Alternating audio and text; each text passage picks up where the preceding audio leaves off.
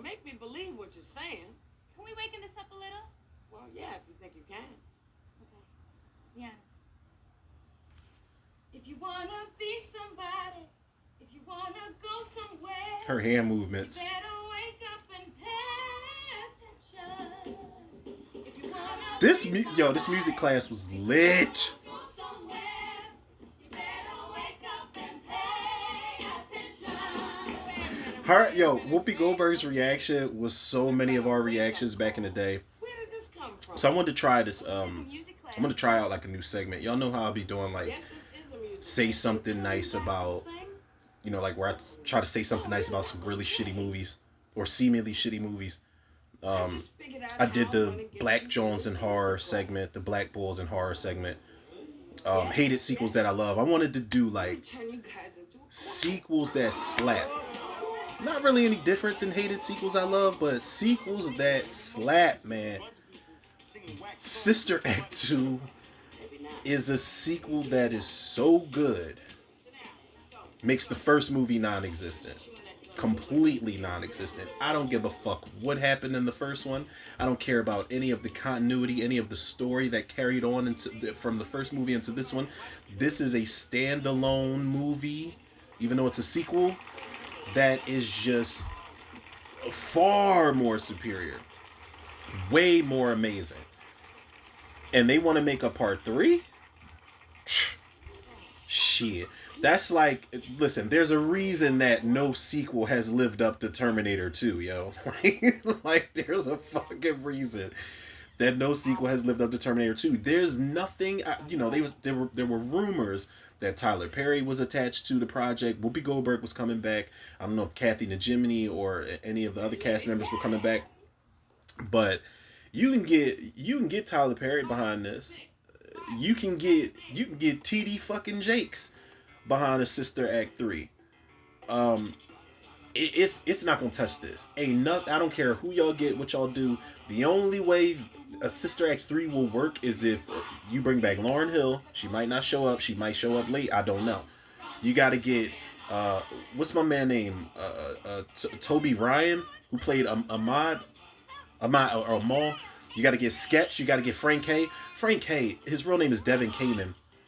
I don't know if I'm the only one out here that wants this.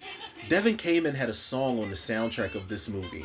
I don't even know if it was on the soundtrack or if it was just the snippet that was played when they were trying to get Rita to come back to the choir. That song by Devin Kamen is Me Again God. It's one of the hardest fucking beats I ever heard. I love that song. That song is like unattainable. I don't know what's going on with that song, but Devin Kamen, if you ever come across this video, which you probably won't, we need that song. We need that song. But this movie, this is easily one of the most soulful movies I had ever seen in my entire life. Like, the moment I saw this, I think I saw this first as a kid, as I do at times, and then I went back and watched the first one, and I was like, whatever. I don't really care. Whoopi Goldberg's amazing. But this movie is in a class, pun intended, all on its own, man. Monica Calhoun's in it. Whoopi Goldberg's daughter is the girl in the music class that says, your mama's so fast she sat on a rainbow and Skittles popped out. I never knew that was Whoopi Goldberg's daughter. Jennifer Love Hewitt is in this movie, man. God damn, Alana Eubank is in this movie, man. God, the cast of just young actors and actresses was great. Cheryl Lee Ralph as Jesus, the most evil mother ever. She said, singing does not put food on the table. It's like, damn, D from fucking Moesha. I didn't know you could be so rude. But, I'm glad they had that moment at the end. Lauryn Hill, voice is phenomenal in this movie, man. The girl who's Lauryn Hill's best friend in this movie, she's got an amazing singing voice too, man. Amal, when he sings "When Jesus Washed My Sins Away," is that the name of the song? Black people gonna make their own names of the songs up, but "When Jesus Washed My Sins Away," how many of us still try to hit that note?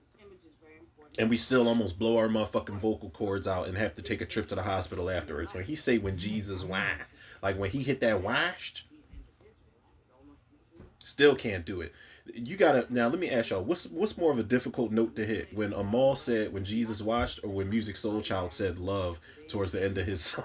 Towards the end of his song, man. I'm telling you, you are risking vocal cords with both of those notes, man. And there's so much, like I said, it's a lot of soul to this movie. There's so much heart and emotion to this film, man. Rita being, the odd girl out who just she, I don't know if she completely drops out of school because she still has a fucking uniform on throughout a lot of the movie.